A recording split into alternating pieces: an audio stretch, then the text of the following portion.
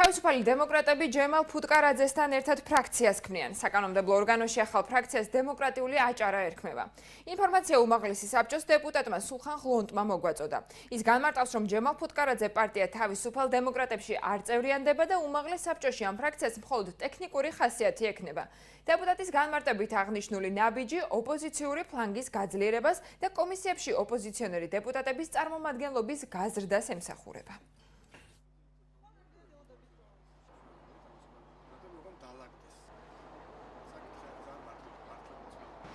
აჭარის უმაღლეს საბჭოში შეიქმნება კიდევ ერთი ახალი ოპოზიციური ფრაქცია. ეს არ იქნება პარტიული ფრაქცია, ეს იქნება ტექნიკური ფრაქცია იმისთვის, რომ გაძლიერდეს ოპოზიციური ფლანგი.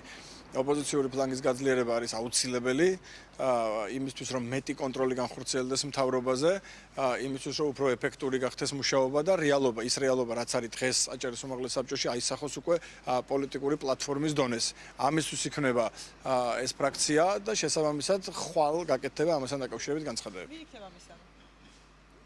ეს იქნება თემურ კახიძე და ჯემალ ფუტკარაძე.